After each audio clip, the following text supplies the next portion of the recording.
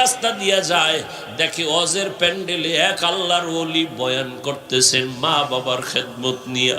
হঠাৎ ঠান্ডা সইনা যুবক দাঁড়ায় গেল। দাঁড়াইয়া কিছুক্ষণ বয়ান শুনিয়া দেখে মজা বাড়তেছে, হুন্ডাটার থেকে নাইমা গেল, তালা দিয়া প্যান্ডেলের পিছনে বসলো। আল্লাহর ওলি এমন মা বাবার বয়ান শুরু করলেন, ওই যুবকটা এক পর্যায়ে কান্না করতে করতে মাটিতে গড়াগড়ি খাওয়া শুরু করলো। ওর চিল্লানো দেখা ময়দানের মানুষ আর সহ্য হয়ে গেল। এমন কান্না কেউ থামাইতেও পারে না, এত কান্নার আওয়াজ, মনে হয় জানো আসমানের মালিক ওর কান্না দেখা বরদাস্ত করতে পারবে না। এত কান্নার আওয়াজ, আল্লাহর ওলির নজর ভইরা গেছে।